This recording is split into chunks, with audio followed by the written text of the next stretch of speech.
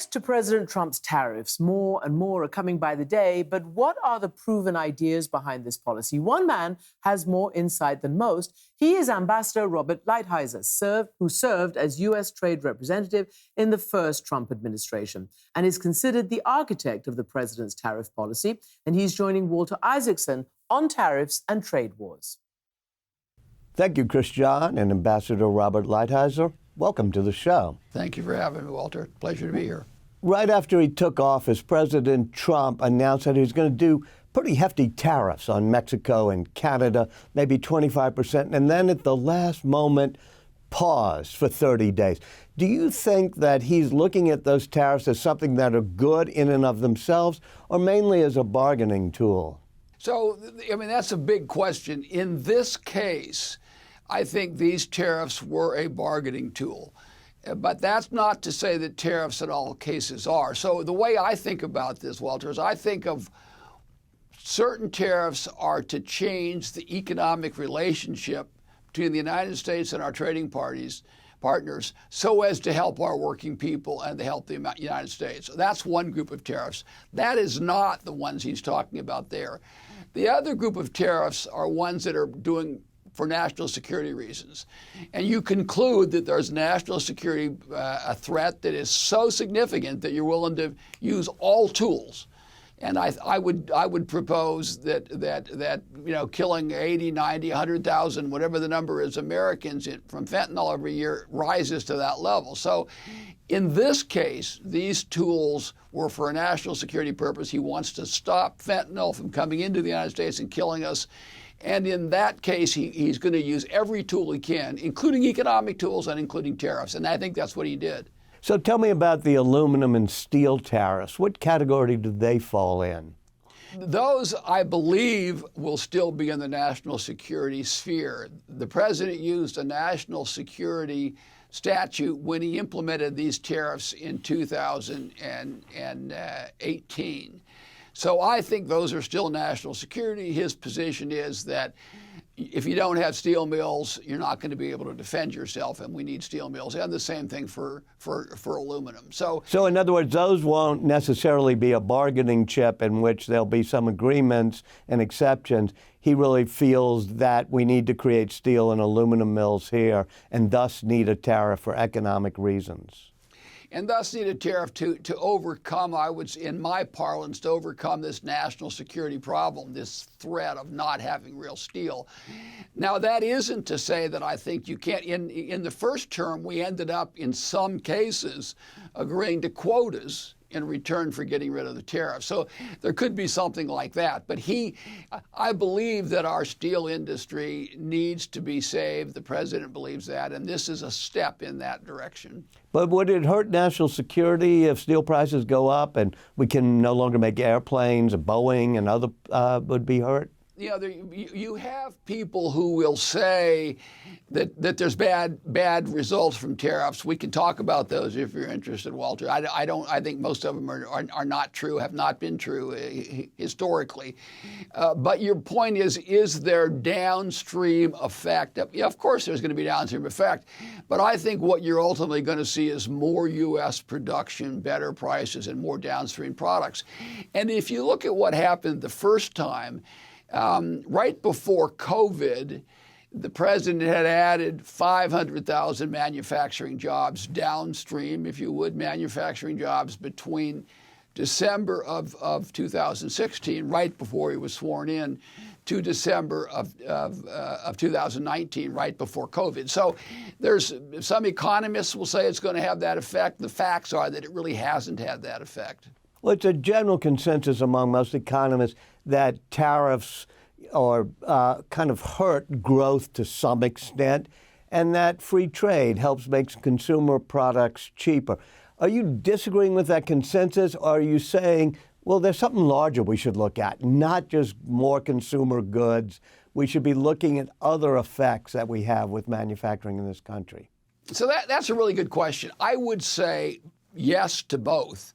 I think they are wrong. As a matter of fact, free trade hasn't failed because it doesn't work. It's failed because it doesn't exist. What we really have is a number of countries that have very aggressive industrial policies, and those are not just tariffs. They're a banking system, labor laws, environmental laws, taxation, currency manipulation. They have a whole series of things. And as a result of those policies, they're taking advantage of the U.S. market, hurting our economy and hurting our workers. So I think that the notion of free trade might be nice in a test tube. It has not worked in real life.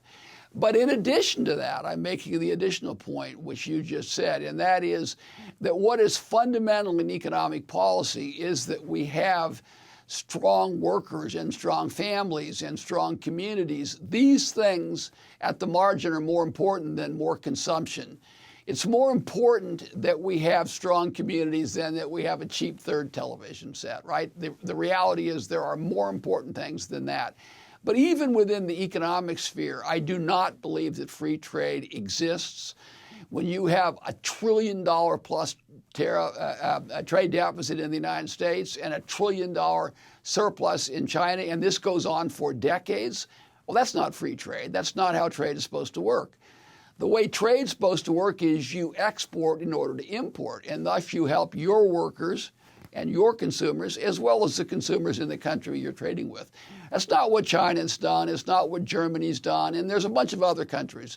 Those countries have policies that in the 19th century would have been called beggar thy neighbor policies. And they're designed really to increase exports, to decrease imports, and to shift really resources within their own community away from consumers and towards producers.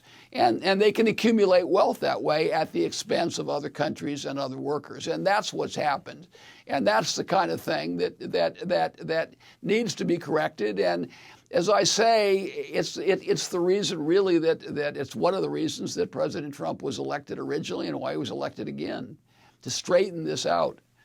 You just said that countries like China, countries like Germany, even Vietnam, have great trade surpluses, and that they have an industrial policy that moves away from helping their own consumers and tries to do cheaper, better exports. Tell me what's wrong with us getting good, cheap exports if they're going to penalize their own consumers in order to help ours.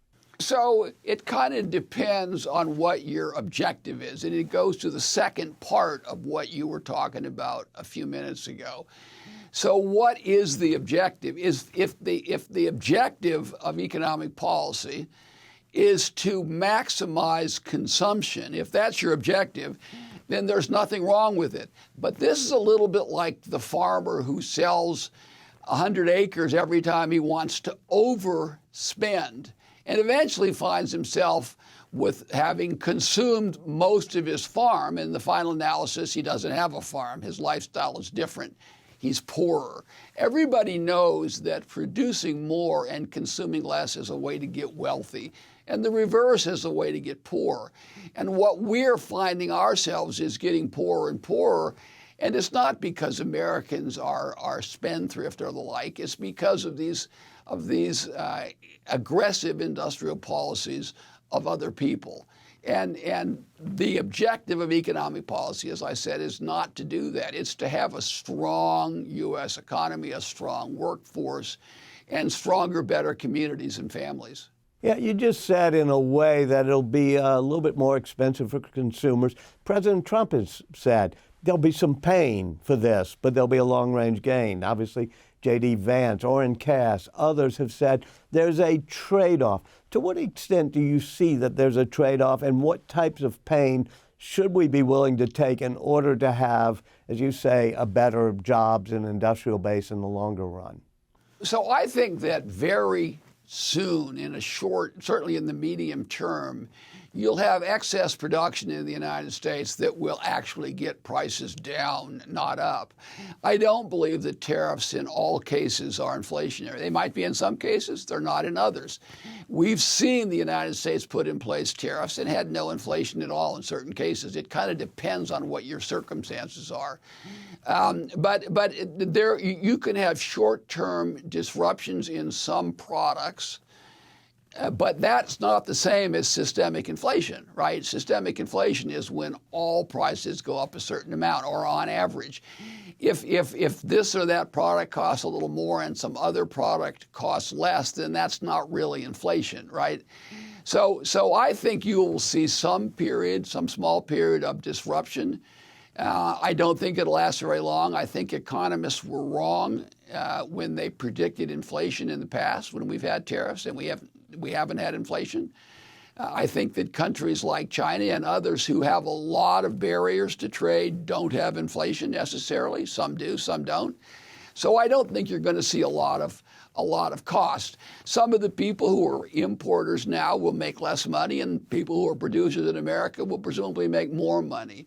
But as a whole, I don't think you're going to see very many negative effects of this. In the New York Times, you wrote a piece, and you said you call for countries with democratic governments and mostly free economies to come together and create a new trade regime. You didn't explain much of it there, though. Tell me what that new thing would be. What is a new world organization, and what would it do? So let's talk about that. First of all, I laid out the issue generally, and the reason I did that is if you start getting into every detail, the people just start looking and poking at the details and ignore the basic point. Right now, we have a WTO. Before that, we had something called the GATT. And it basically is a bunch of countries coming together and making a series of commitments. Unfortunately, those commitments don't cover the vast, vast majority of what is industrial policy. They just don't cover it. So what we need is to get to the end of balanced trade. So I suggest that if these countries got together and said, we're going to have one level of tariffs within the group, a higher level for countries that are either geopolitical adversaries or chronic trade surplus people. In other words, people who don't believe in the basic model. Well, wait, let me stop you right there. Does Germany count as within the group or a chronic trade surplus country? So to me, you would have a country like China would be outside of the group. A country like Germany would for sure. Remember, there is no country like Germany in the trade sense, right? We have really the European Union. But for sure, countries that have surpluses, like Germany, would be in the group, and you could raise tariffs on Germany, not to the high level, but raise them somewhat to get back towards balance. Then everyone has the incentive to have global balanced trade. If everyone does that, we're all better off. And from the United States point of view, much of the world growth is because of our transferring wealth overseas in the tune of a trillion or $1.5 trillion perhaps every year. And we have to stop that. We can't afford that anymore. It seems it's aimed at China, and a lot of what you say is aimed at China. And I think you said we're in a Cold War with China. It's more of a threat than both Germany and Japan before World War II combined, which was a real head snapper for me since I know what a threat Germany was then. What is the problem with China other than it has a trade surplus? So let me say, first of all, the purpose of this new organization is not to be anti-China. It's to get a bunch of democracies to have something to replace the WTO, and that something would be a system based on balance. Now, separately from that, you say, what about China? I believe that China is a geopolitical competitor. China is aggressive. I think China sees themselves as the alternative to the West, the alternative to the United States. They believe that totalitarian Marxism is the future and that it should be the future. And if you see what they're doing across the board, you can see every action they take. They have the biggest navy and the biggest army, and they're growing them. They're militarizing the South China Sea. You can see them being really economic sponsors, at least, of both the war in Ukraine and the war in the Middle East by buying the oil. You can see the espionage and the like. So the fact is we are in, I believe, and there's a bunch of people far smarter than me that believe this, we are in fact in a second Cold War with China. We want to avoid utmost it being a hot war, right? So right now, I think we're on track to avoid that.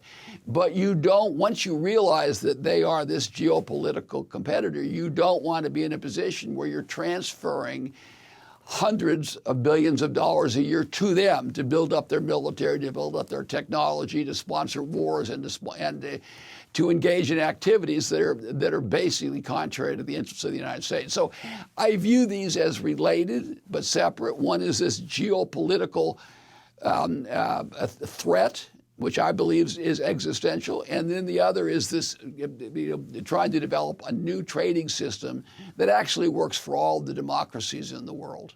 Last month, Republican Senator John Thune said, "I'm not a big fan of across-the-board universal uniform tariffs because in some cases of the impact it has on the agriculture community." What do you say to that concern? Well, first of all, America's farmers and the agriculture community is very, very important. It's an important part of the American industry. And I'll tell you something.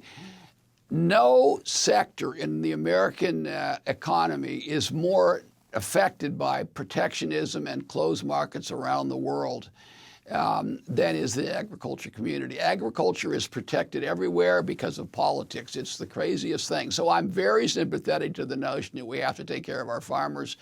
The president talks about that all the time, and I think that opening markets abroad is a very important part of this policy. But I think you can do that in the context of balanced trade. You can do that at the same time that you're getting our trade deficit down. And remember this, for the first time in our history, in recent years, we actually import more food than we export. So the farmers have a lot of upside in the kind of balanced trade policy we're talking about. There have been reports that the European Union has some very specific plans that they haven't announced to retaliate if there are tariffs, especially on goods from Republican-leaning states. Do you worry that a tariff war like that could hurt Republicans at the polls? Well, I'm not worried about the politics of it. I'm worried about the economics. What's going to help Republicans most at the polls, in my opinion, is working class people to start getting, and farmers, who are working class people, to start getting their fair share of the pie. I think that ultimately growing this economy, growing it for middle class people, is the ultimate political payoff. I would say, retaliation is always an issue, but when you have a at least $1 trillion trade deficit, most other people have a lot more at risk than we do. You mentioned Europe. Europe's got about a $200 billion surplus with us. Now, they're not going to want to give that up very easily. I can understand that. If someone is taking advantage of you, you say stop, they're not going to want to stop. But I think it's in the interest of our people that we really force them to do it. And there's a limit to what people can do in retaliation when you're basically when you run a big trade deficit. Ambassador Robert Lighthizer, thank you so much for joining us. Thank you, Walter.